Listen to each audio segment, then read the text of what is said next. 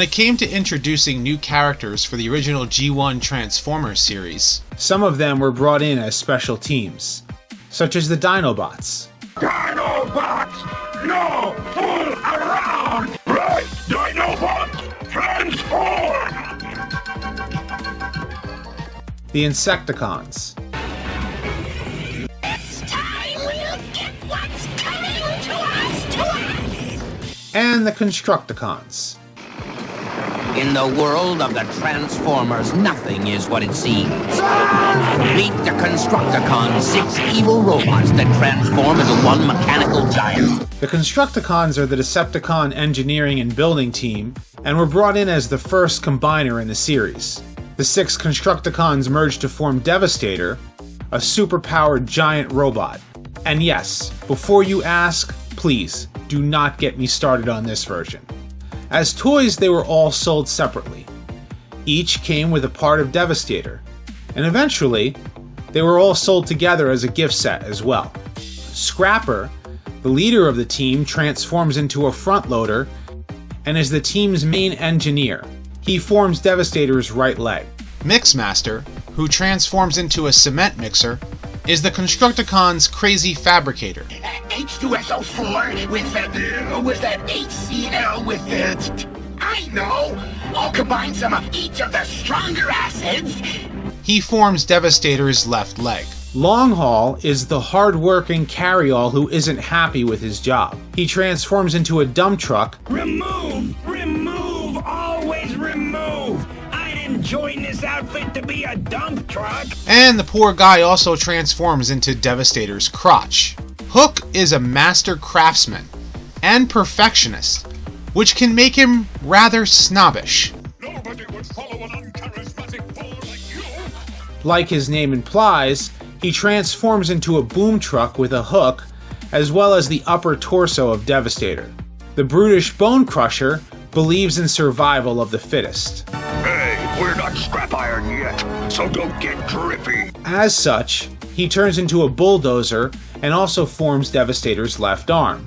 And finally, Scavenger, who is always trying to prove his worth, transforms into a power shovel loader.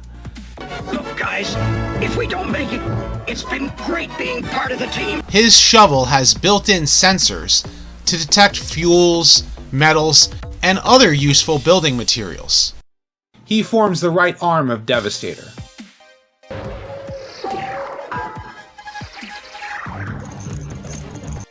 The Devastator himself is extremely powerful. While he may boast of his strength, Nothing defeats the Devastator! Nothing! the team's infighting causes his mind to be simple, allowing him to become easily distracted. When the Constructicons were introduced in the original comics, they were simply built by Shockwave, who had taken command of the Decepticons at that point and given life using the creation matrix within Optimus Prime.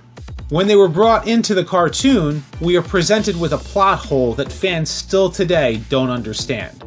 At first, in the episode Heavy Metal War, Megatron declares how they came to be. They were worth the time we spent building them in these caverns.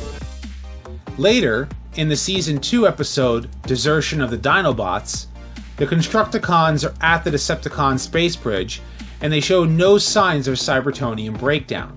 Then in the episode Master Builders, Scrapper mentions that the Constructicons admire Grapple's buildings back on Cybertron. Back on Cybertron, we all admired your buildings, Grapper.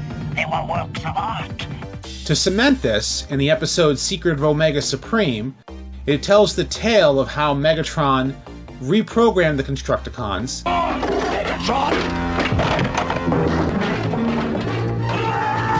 had them destroy Crystal City,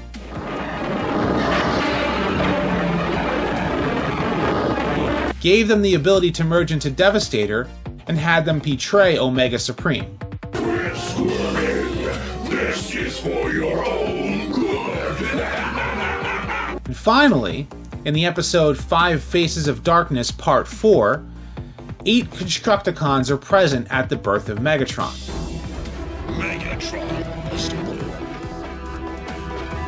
Because of this, Fans were left scratching their heads wondering what the proper origin was.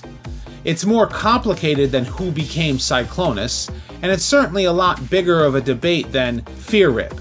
So the real question becomes, how does the origin of the Constructicons presented in the original Generation 1 cartoon work with all of these hiccups in continuity?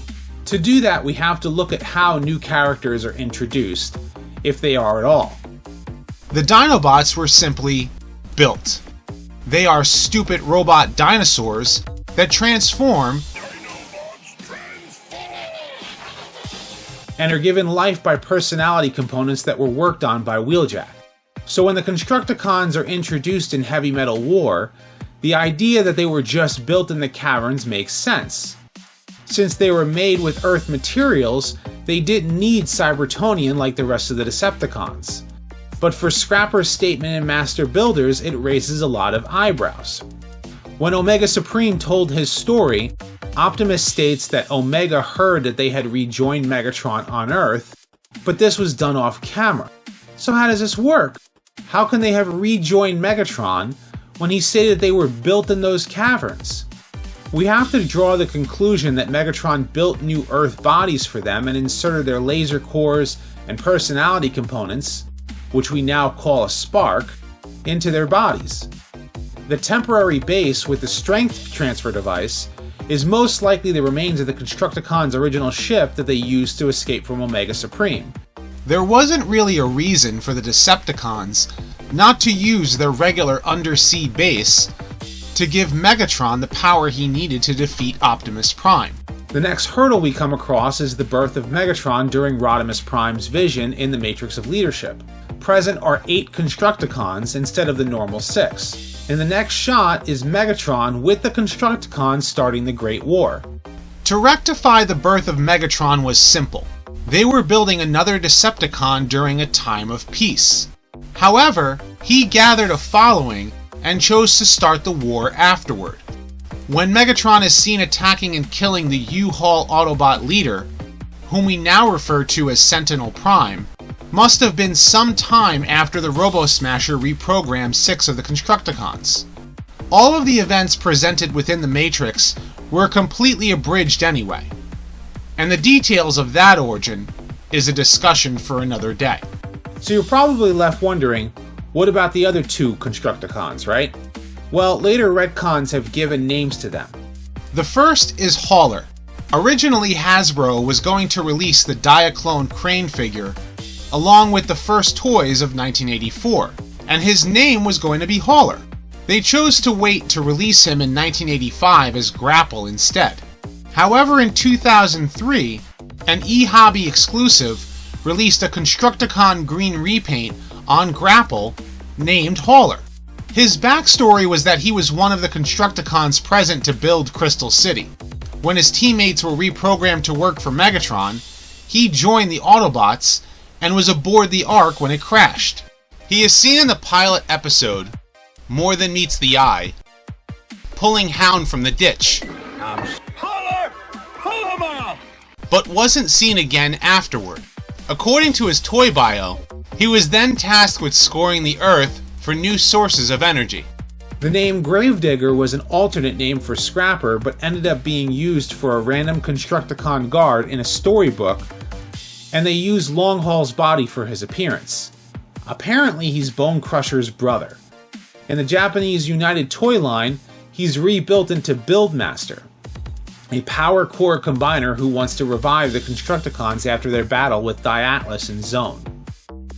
Putting it all together is like this. During the Golden Age, the Autobots and Decepticons are at peace. The Constructicons build Megatron.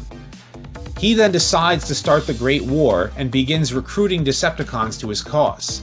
Those that don't follow, he uses a device called a Robo-Smasher to help swell his ranks. The Constructicons are reprogrammed, and then Shockwave modifies them into the first combiner ever. They fled from Omega Supreme for years until something happened to them, and their sparks ended up on Earth in Megatron's possession. Megatron built new bodies for them, just like Starscream did for the Combaticons, and he puts them right to work.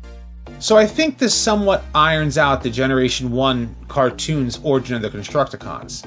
While I think fans may or may not agree with my analysis, I think this is probably the cleanest way to fit everything we've seen in the cartoon. But what do you think? Does this really make sense, or are we still left with no answer? Leave your thoughts in the comments section below. And if you like this video, be sure to like and subscribe. I have more Transformers discussions like this one coming soon, so stay tuned. And as always, until next time. Prepare to meet your doom.